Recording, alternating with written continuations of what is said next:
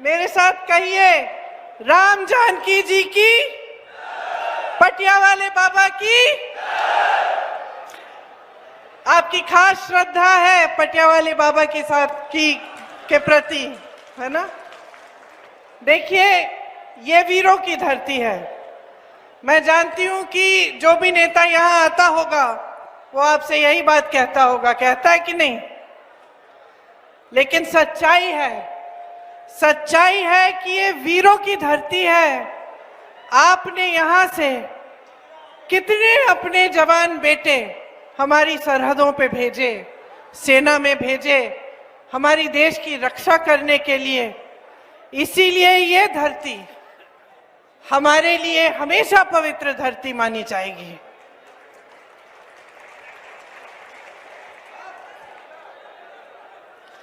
कोई ऐसा युद्ध नहीं रहा जिसमें आपने अपने बेटे नहीं भेजे, जिसमें आपने इस देश की रक्षा के लिए अपनी भूमिका नहीं निभाई।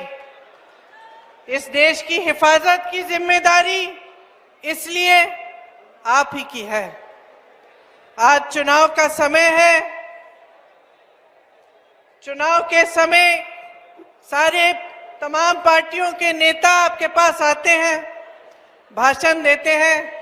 आप ध्यान से उनके भाषण सुनते हैं और फिर आप तय करते हैं कि अगले 5 सालों में इस देश का भविष्य कौन बनाएगा। सही बात है? तो ये बहुत बड़ी जिम्मेदारी है। जितनी बड़ी जिम्मेदारी आप अपने बेटों को सरहद पे भेजकर निभाते हो, उतनी ही बड़ी जिम्मेदारी आप जब अपना वोट डालते हो तो आप अपने देश के प्रति निभाते हो। आज जो देश में हालात हैं उनके बारे में आपसे मैं थोड़ी सी बात करना चाहती हूं, इसलिए मैं यहां आई हूं, इसलिए आप मेरा इंतजार कर रहे हैं। देखिए, मोटे तौर पर 2 चीजें आपको समझनी पड़ेंगी।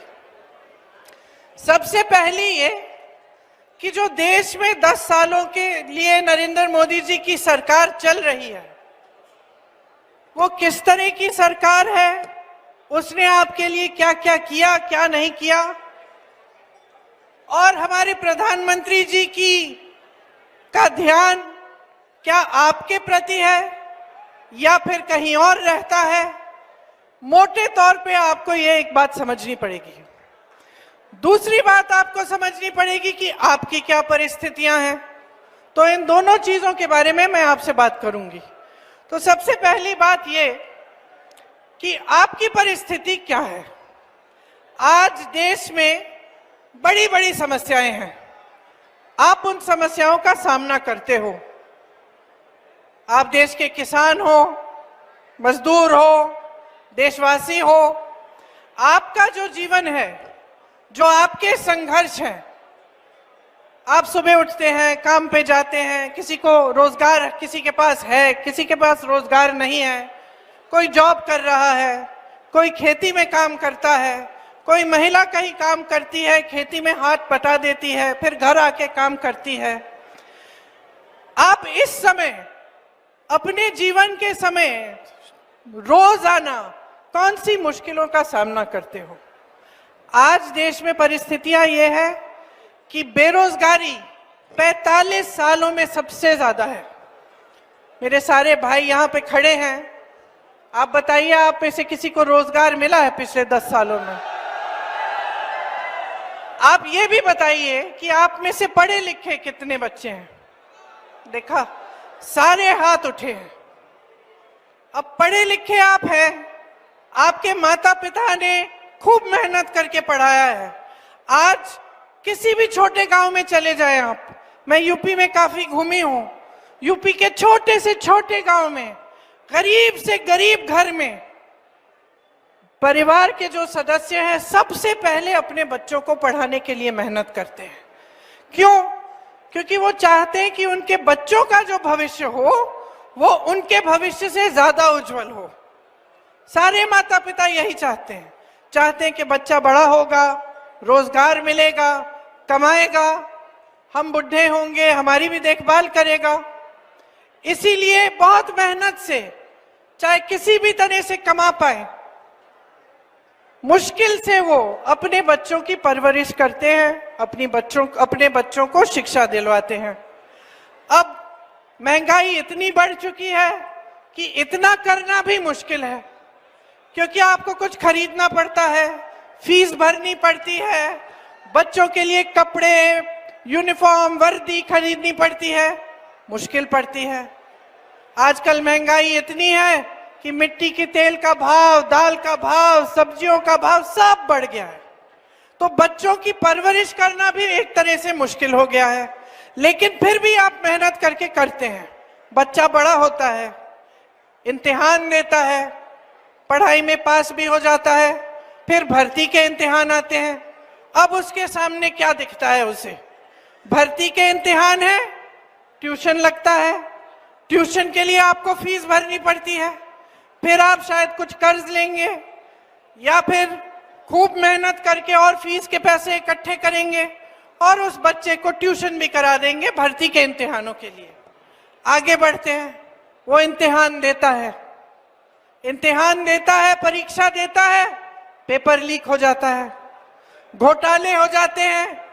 कोई कहीं पे बैठा हुआ उस बच्चे की मेहनत का फायदा उठा के खूब पैसे कमा रहा है, लेकिन उस बच्चे की जिंदगी बर्बाद कर रहा है। ये होता है कि नहीं होता है? होता है। आप जानते हैं आप में से कितने लोगों ने पेपर दिए होंगे ऐसे। तो ये आप भर्ती के जब परीक्षा देते हैं तो आपके साथ ये होता है। दूसरी तरफ आप देखते हैं कि भाई देखें, हो सकता है सरकार ने कोई स्कीम निकाली हो मेरे रोजगार के लिए। पता चलता है कि जो अच्छे अच्छे रोजगार थे उनको सरकार खत्म कर रही है। कैसे? आप अपने बच्चों को सेना में भेजते हैं, सरकार क्या लाती है? अग्निवीर स्कीम।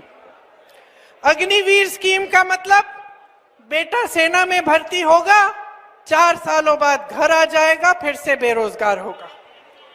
जो सारी जितनी भी सुविधाएं पहले मिलती थी सेना में, कोई सुविधा नहीं मिलेगी उसको। वो वापस आ जाएगा 4 सालों बाद, 5 सालों बाद, और फिर से घर पे नौकरी ढूंढने का काम शुरू करेगा। इस सरकार ने जहां जहां से आपको रोजगार मिल रहे थे वो सारे साधन बंद कर दिए। सरकार के बड़े बड़े कारखाने होते थे जिनको हम पीएसयू कहते हैं, उनके सारे सब्सिडरी इन्होंने अपने खरबपति मित्रों को दे दिए हैं। देश का कोयला, देश के कोयले के खदान, देश के बंदरगाह, देश के हवाई अड्डे, देश की सड़कें, बिजली बनाने के जितने भी कारखाने थे, आज सारे प्रधानमंत्री जी के गिने चुने बड़े बड़े खरबपति मित्रों को सौंप दिए गए हैं। ये आपकी संपत्ति थी। क्यों? क्योंकि इससे सिर्फ आपको बिजली, कोयला ये सब नहीं मिलता था, इससे आपको रोजगार भी मिलता था। यहां से रोजगार बनते थे। और कहां से बनते थे रोजगार?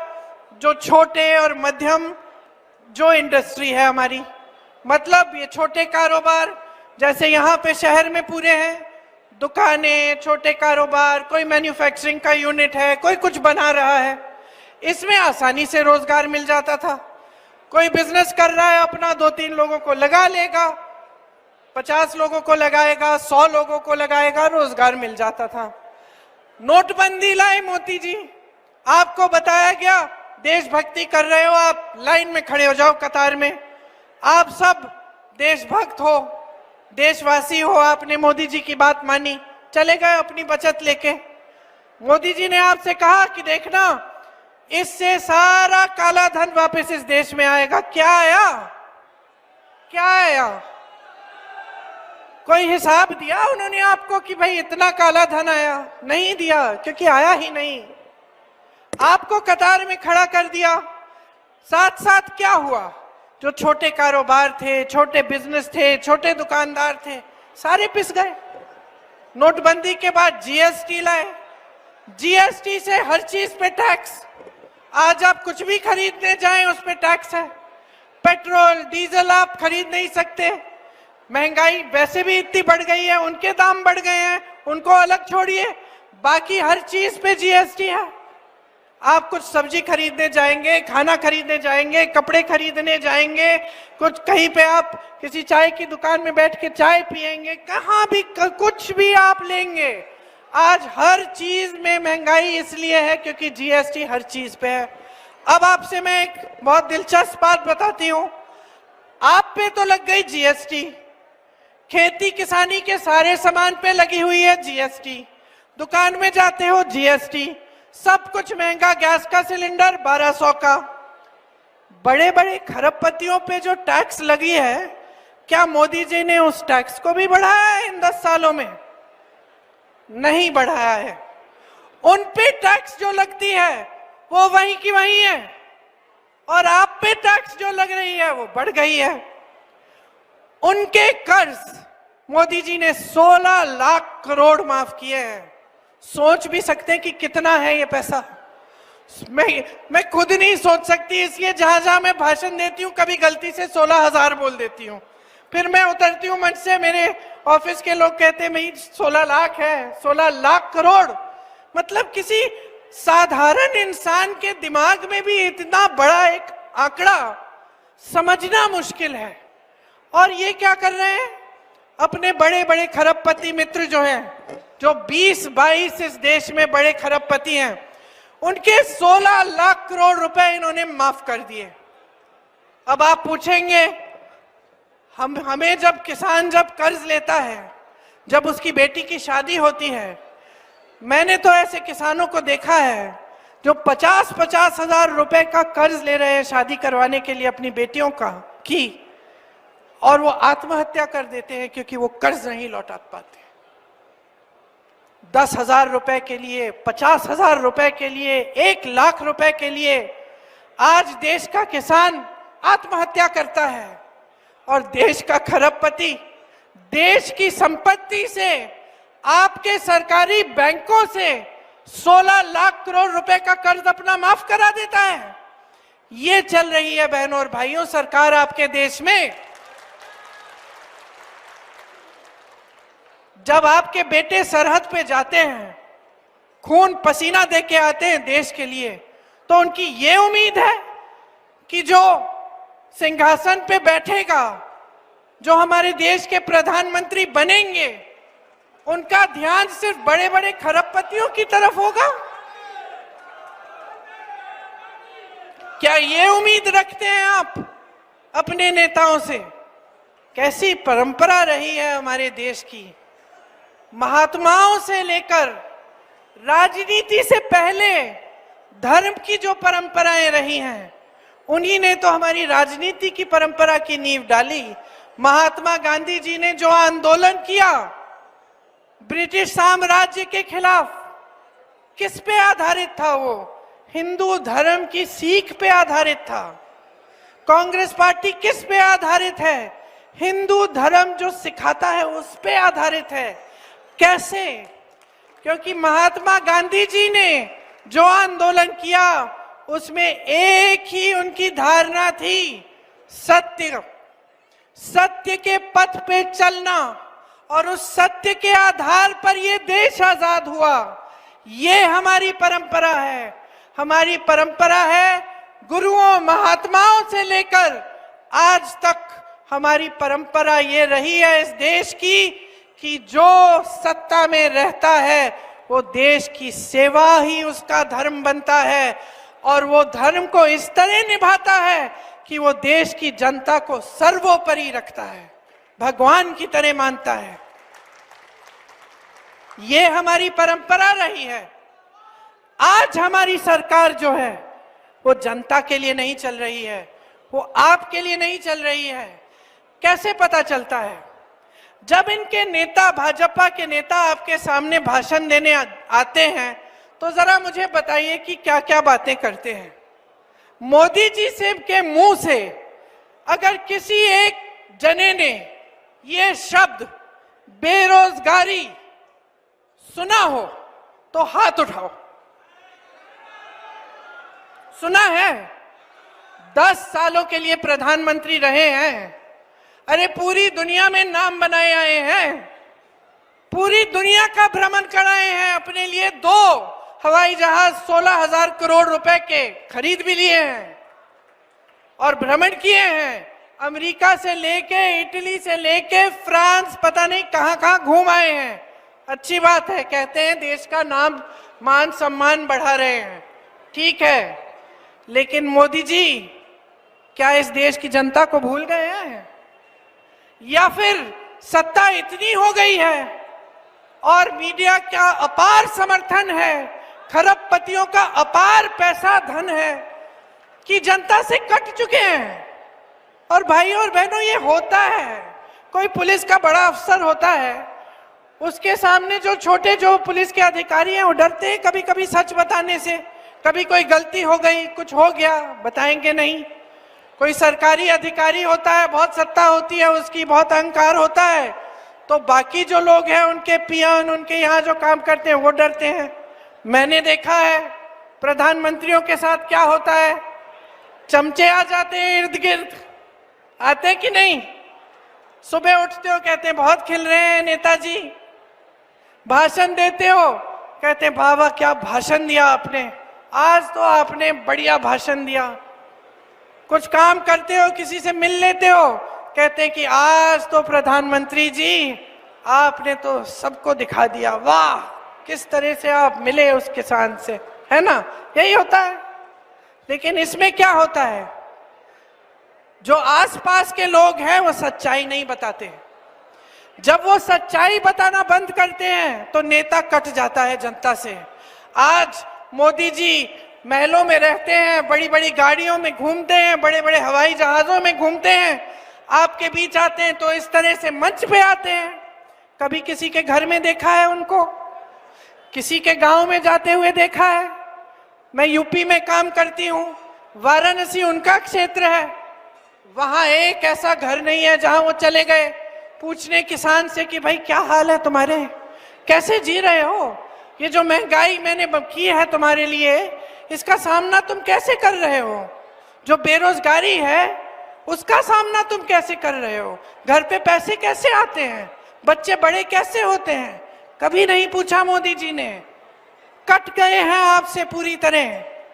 मोदी जी मंच पे आते हैं, बड़े बड़े उद्घाटन करते हैं, टीवी पे दिखते हैं, भाषण देते हैं तो इतने साफ सुथरे, एक लकीर नहीं, धूल मिट्टी का तो नाम ही निशान नहीं है। अरे कैसे जानेंगे कि किस धूल मिट्टी में जी रहे हैं आप, किस दलदल में फंसे हैं आप गरीबी के? कैसे जानेंगे? कौन बताने वाला रह गया है? कोई नहीं रहा। जान नहीं पाएंगे, जानना चाहे तो भी जान नहीं पाएंगे। 10 सालों में उन्होंने इस देश को के गरीब को किस तरह से और भी गरीबी में ढकेल दिया है, ये जानकारी उनके पास हो ही नहीं सकती, क्योंकि आपके बीच आना ही बंद हो गया है। आप देखते हैं उनको पूरी शान शोहरत, ये देश की जो मीडिया है, जो मेरे सामने मेरे भाई खड़े हुए हैं, ये तो सब खरबपतियों ने खरीद रखे हैं सारे चैनल, जो दिखाना चाहते हैं दिखाते हैं, जो दिखाना चाहते हैं वही दिखाते हैं। विपक्ष को इस कदर दबा रखा है मोदी जी ने, कोशिश कर रहे हैं पूरी, लेकिन हम लड़ते रहते हैं, हम खड़े रहते हैं, हम आवाज उठाते रहते हैं, क्योंकि हम इनकी सत्ता से डरते नहीं हैं। लेकिन भाइयों और बहनों, सच्चाई ये है कि हद से ज्यादा इन्होंने सत्ता बटोर रखी है, धन बटोर रखा है। आपको कहते हैं बहुत ईमानदार हैं, कहते हैं कि देखो सब विपक्ष के नेता मेरे पीछे पड़े हुए हैं क्योंकि मैं अकेले भ्रष्टाचार के खिलाफ लड़ रहा हूं। कहते हैं ना, सुना है आपने टीवी पे कि मोदी जी खुद कहते हैं, अपने मुंह मियां मिट्टू खुद कहते हैं कि मैं ही एक इंसान हूं जो इस पूरे देश में ईमानदार हैं, बाकी सारे भ्रष्ट हैं। और क्या करते हैं ये ईमानदार इंसान? एक ऐसी स्कीम निकालते हैं जिसको कहते हैं इलेक्टोरल बॉन्ड स्कीम। क्या है ये स्कीम? ऐसी निकाली इन्होंने कि जो भी इनको चंदा देगा, जो भी इनको चंदा देगा उसका नाम गुप्त रहेगा। तो बड़े बड़े उद्योगपति, खरबपति, जाने कौन चंदा दिए, ये लोग इकट्ठे करते रहे। आज इस दुनिया में, देश में नहीं दुनिया में सबसे अमीर पार्टी, राजनीतिक पार्टी कौन सी है? कौन बताएगा? देखो, सब जानते हो, सब जानते हो। ये बड़ी बड़ी इमारतें बनाते हैं अपने जिले के ऑफिस में। इनके लिए जो भी काम करता है उनको थोड़ा थोड़ा पैसा देते हैं। हमारे बेचारे सेवा दल के कार्यकर्ता, कांग्रेस के कार्यकर्ता, आप लोग बैठे हो, क्या मिलता है आपको? आप सेवा करते हो, नारे लगाते हो, आंदोलन करते हो, आपको तो कोई वेतन नहीं देता। आप तो इसलिए करते हो क्योंकि आपके दिल की भावना है। वहां भाजपा में पैसा ही पैसा है। ये पैसा आया कहां से? कोई पूछेगा ये पैसा आया कहां से, ये धन आया कहां से? ये इतना धनी, इतना अमीर राजनीतिक दल बना कैसे? इलेक्टोरल बॉन्ड की जो स्कीम लाए थे, फिर सुप्रीम कोर्ट में केस आया, न्यायाधीश ने बोला कि भाई ये गलत स्कीम है, भ्रष्टाचार होगा इससे, जो सूची है उसको पारदर्शी कराओ, पूरी जनता को बता दो कि किसने क्या दिया। तो पहले तो इनको वो सूची मिली नहीं, 2 दिन इधर उधर बैंक बोलने लग गया भाई सूची नहीं है हमारे पास। 2 दिन बाद फिर से डांट खाए कचहरी में जाके, न्यायाधीश ने बोला हमें नहीं मालूम, लिस्ट निकालो। लिस्ट निकली बहनों और भाइयों, और किस किस से चंदा लिया था। अच्छा, जैसे ही लिस्ट निकली मोदी जी घबरा गए, अमित शाह जी घबरा गए, इंटरव्यू पे इंटरव्यू देने लग गए कि भैया हमने तो पारदर्शी कर दी है। देश में पहली बार जिसने चंदा जिस जिसको दिया वो पारदर्शी एक सूची आ गई है। अरे आपने थोड़ी पारदर्शी की, वो तो कोर्ट में न्यायाधीश ने कहा पारदर्शी बनाओ, इसीलिए पारदर्शी की। आपने तो गुप्त स्कीम निकाली थी। ठीक है, अब सुनिए कि चंदा किसने दिया। आपको याद है गुजरात में एक पुल गिर गया था, आपने टीवी पे देखा होगा, सैकड़ों लोग नदी में बह गए थे, याद है? जिसने पुल बनाया उसने चंदा दिया। आप सबको वैक्सीन लगी थी कोविड की? किस किस को लगी? मुझे लगी 2-2 बार, हम सबको लगी। वैक्सीन के वो जो क्या कहते हैं उसको, सर्टिफिकेट को, उस पे किसका चेहरा था? जोर से बोलो। मोदी जी का चेहरा था ना। मोदी जी खुद अपना चेहरा लगाए कि मैंने पूरे देश में वैक्सीन लगाई है और दुनिया भर में भी वैक्सीन भेज दी है, मोदी जी खुद कहते थे। आज क्या पता चल रहा है कि उस वैक्सीन में कुछ और भी था, मतलब कि उस वैक्सीन से कुछ लोगों को ऐसी दिल का दौरा पड़ सकता है, अचानक वो मर जाते हैं। आज पता चल रहा है, आज उसी वैक्सीन की कंपनी ने, और सुन लीजिए एक ही कंपनी थी, ये नहीं कि 10-10 कंपनियों को बोला कि वैक्सीन बना दो, एक ही कंपनी थी, उसने वैक्सीन बनाई, हम सब ने वैक्सीन ली, हम सबको सर्टिफिकेट मिली, और कुछ लोग नौजवान बिल्कुल ठीक अपना जिम कर रहे हैं, कुछ और कर रहे हैं, इस तरह से मंच पे भाषण दे रहे हैं, वहीं पे गिर के मर गए। आज वो वैक्सीन की कंपनी कहती है कि हाँ इसमें कुछ ऐसा है कि कुछ लोगों का रिएक्शन हो सकता है इससे। उस वैक्सीन की कंपनी से मोदी जी के पार्टी ने चंदा लिया। जिन लोगों पे मोदी जी ने छापा लगवाया था उनसे फिर उनकी पार्टी चंदा लेती है, छापे बंद। फिर जिन पे केस डाले थे और जिन पे मुकदमे डाले थे उनसे चंदा लेते हैं, मुकदमे ठंडे बस्ते में चले जाते हैं। तो आप बताइए चंदा ले रहे थे कि वसूली कर रहे थे? जैसे छोटे जो रास्ते के गुंडे होते हैं जो आके आपकी दुकान पे बोलते हैं भाई हफ्ता दो, यही तो कर रहे थे ये लोग। और ऐसे कर करके अपनी पार्टी को सबसे अमीर पार्टी बना दिया देश में। तो ध्यान कहाँ है इन लोगों का? ध्यान आपके ऊपर है, आपकी बेरोजगारी, आपकी गरीबी, आपकी खेती पे। किसान ने आंदोलन किया 1-2 साल पहले, आपको याद है? दिल्ली के बाहर लाखों किसान बैठे, क्या मोदी जी निकले?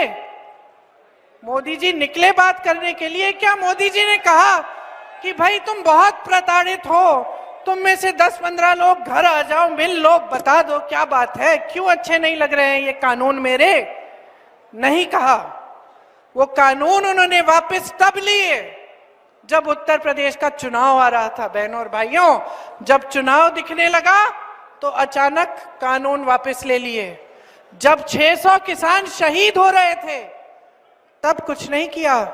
जब आपका मंत्री, इनकी सरकार का मंत्री उत्तर प्रदेश में और उसका बेटा जीप के पहियों के नीचे किसानों को कुचल रहा है, तो आप मंत्री को बचा रहे हो, उसके बेटे को बचा रहे हो।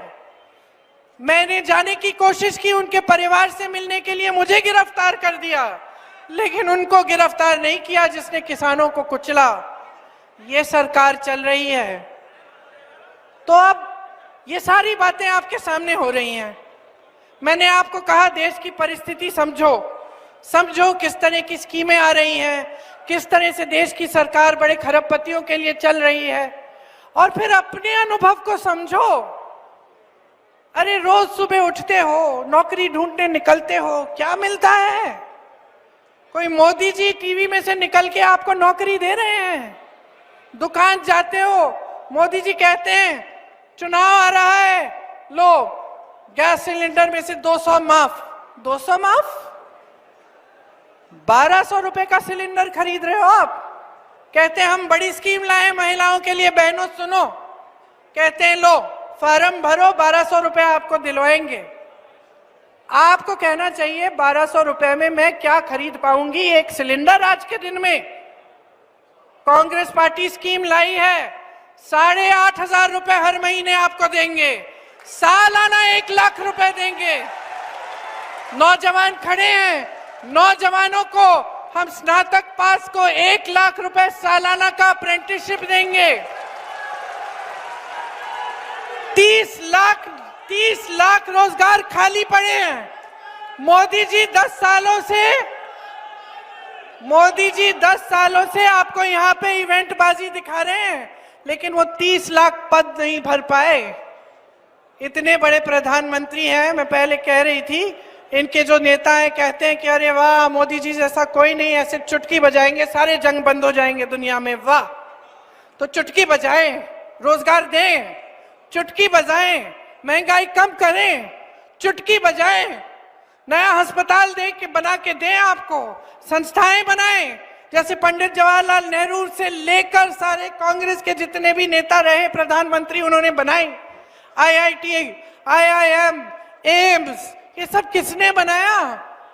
ये चुटकी बजाते रहे और आप खाई में रहे और खड़े रहे, आप संघर्ष करते रहे, आप गरीबी में धंसे रहे, आपको मदद करने के लिए नहीं आए। ये बात समझ लीजिए भाई और बहनों। आपके दिलों में इस देश के लिए कुछ प्रेम होगा कि आप अपने बच्चों को सरहद पे भेजते हैं। एक भावना होगी देशभक्ति की, नौटंकी की नहीं जो आपके सामने ये लोग दिखाते हैं, नौटंकी की नहीं, असली देशभक्ति की भावना। मैं ज्यादा इन चीजों के बारे में बात नहीं करती, लेकिन मैं आपको बता सकती हूं कि 19 साल की उम्र में जब मैं अपने शहीद पिताजी के टुकड़े घर लाई तो मैं नाराज थी इस देश से। मैं नाराज थी, मेरे दिल में ये भावना थी। मैंने अपने पिता को भेजा, तुम्हारा काम था सुरक्षित रखना। मैंने अपने पिता को हिफाजत से तुम्हारे पास भेजा और तुमने ये टुकड़े लौटा दिए मुझे, और वो टुकड़े इस झंडे में लपेटे हुए थे, देश के झंडे में। मैं नाराज थी। मैं समझती हूं शहादत की का क्या मतलब है। जैसे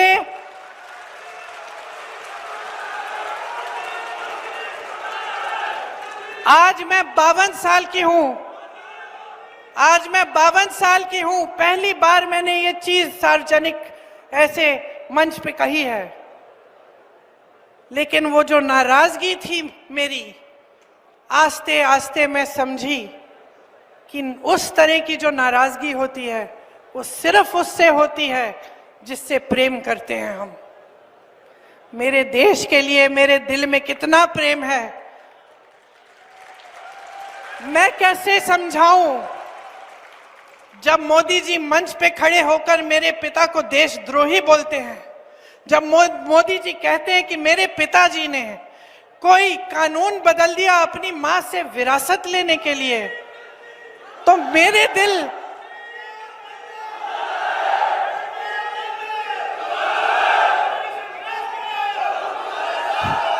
तो मोदी जी इस बात को समझ नहीं पाएंगे कि मेरे पिताजी को विरासत में धन दौलत नहीं मिली, मेरे पिताजी को विरासत में शहादत की भावना मिली।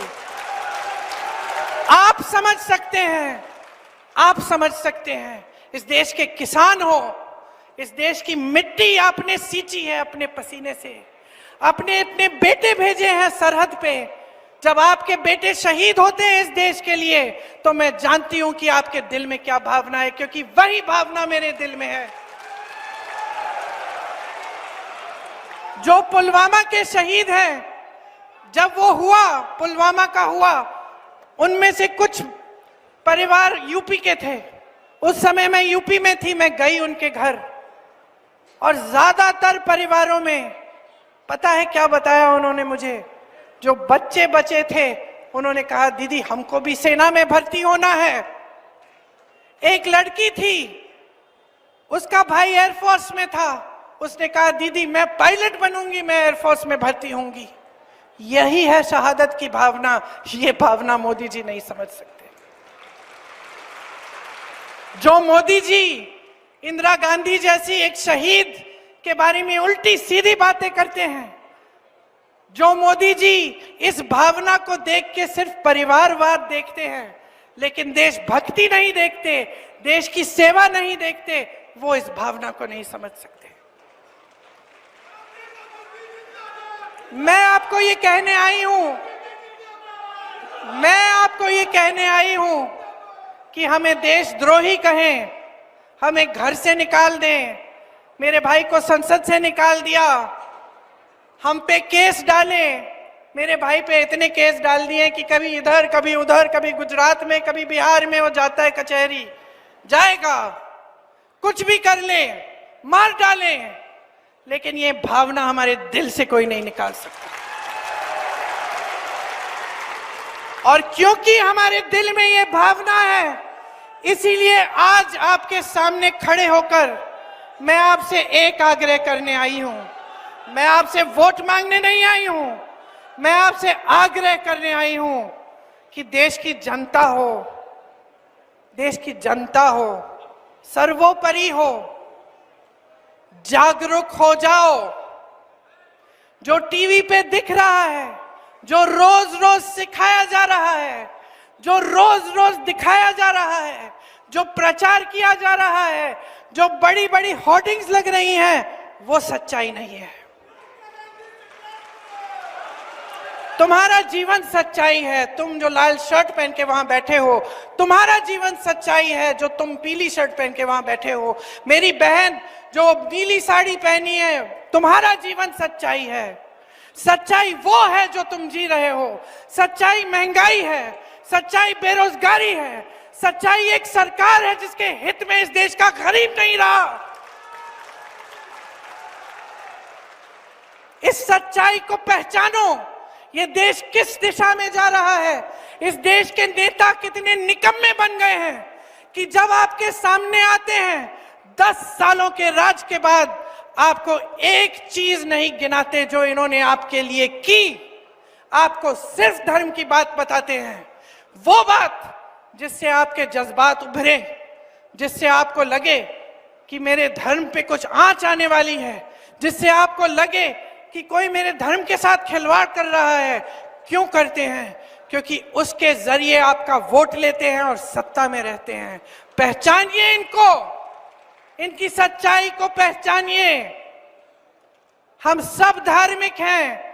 इस देश में कोई ऐसा नहीं है जो धार्मिक नहीं है। इंदिरा जी ने मुझे सिखाया पूजा करना।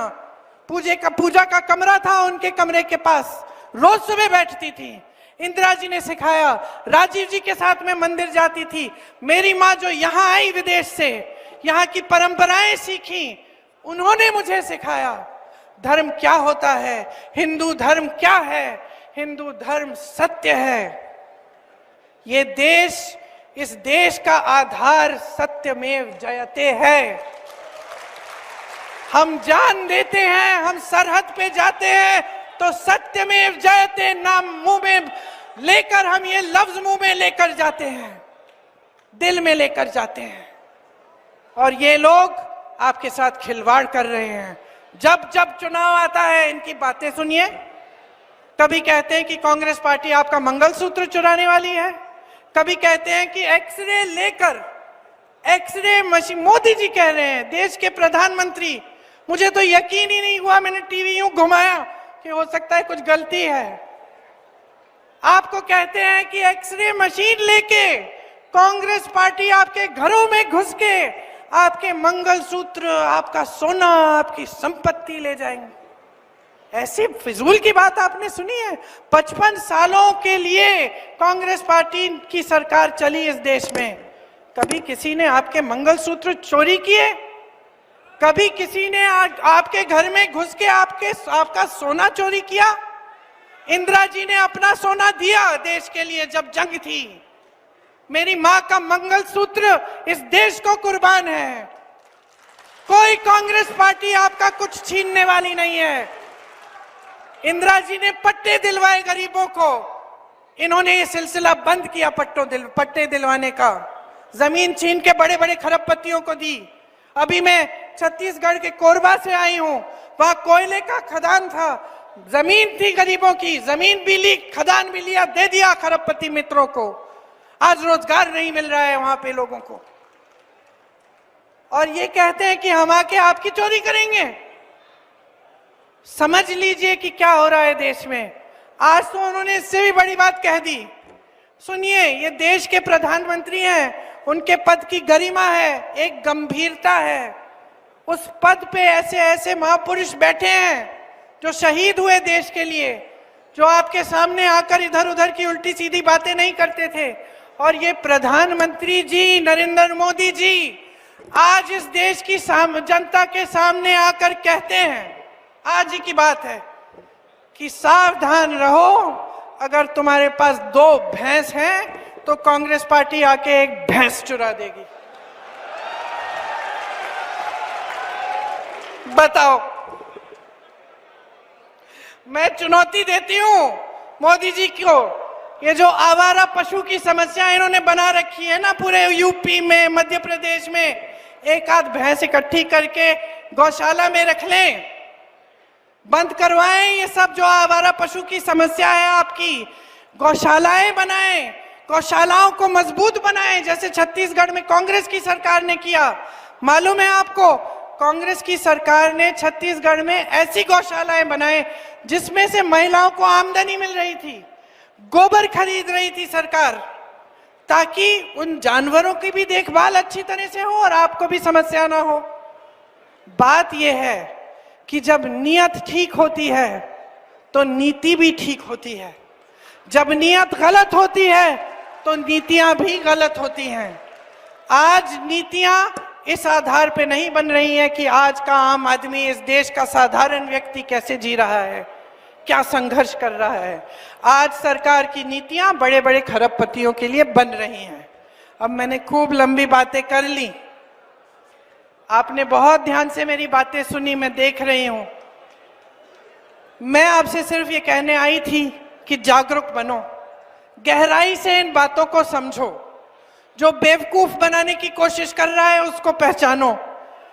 जिसने सालों के लिए, दशकों के लिए, पीढ़ियों के लिए आपके लिए काम किया, जो कन्याकुमारी से लेकर कश्मीर तक पैदल चलता है ये कहने के लिए कि ये देश एक है, जनता को बताने के लिए कि हम सब एक परिवार है, हम सब भाई बहन हैं, उसको पहचानो और अपनी सच्चाई, अपनी असलियत को पहचान के ये जो कीमती वोट है जो संविधान ने आपको दिया है, इसको आप एकदम विवेक से इस्तेमाल करो और मैं ये नहीं कह रही हूं कि किसी नेता के लिए अपना वोट दो, मैं ये नहीं कह रही हूं कि मेरे लिए अपना वोट दो, कि कांग्रेस पार्टी को ही जाना चाहिए। मैं कह रही हूं अपना विवेक, अपने विवेक का इस्तेमाल करो, पहचानो असलियत को।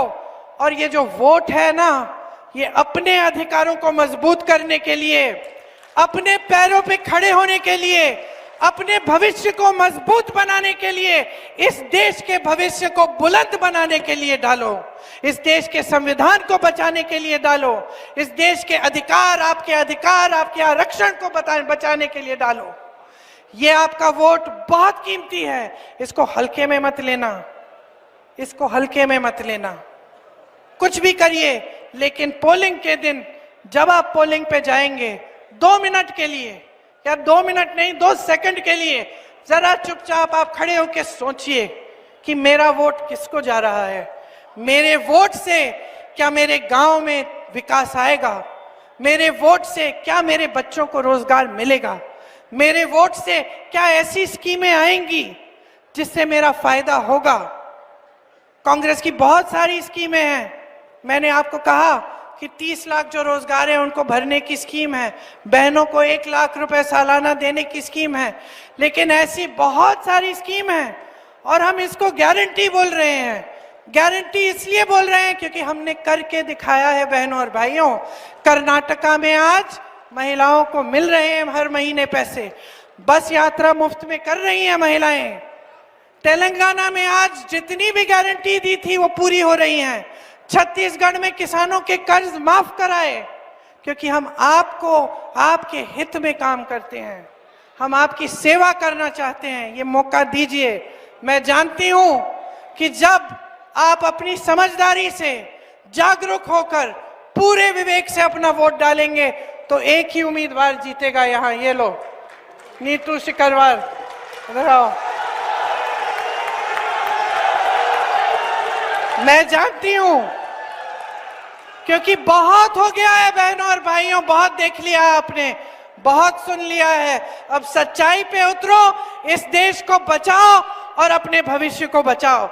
जय हिंद।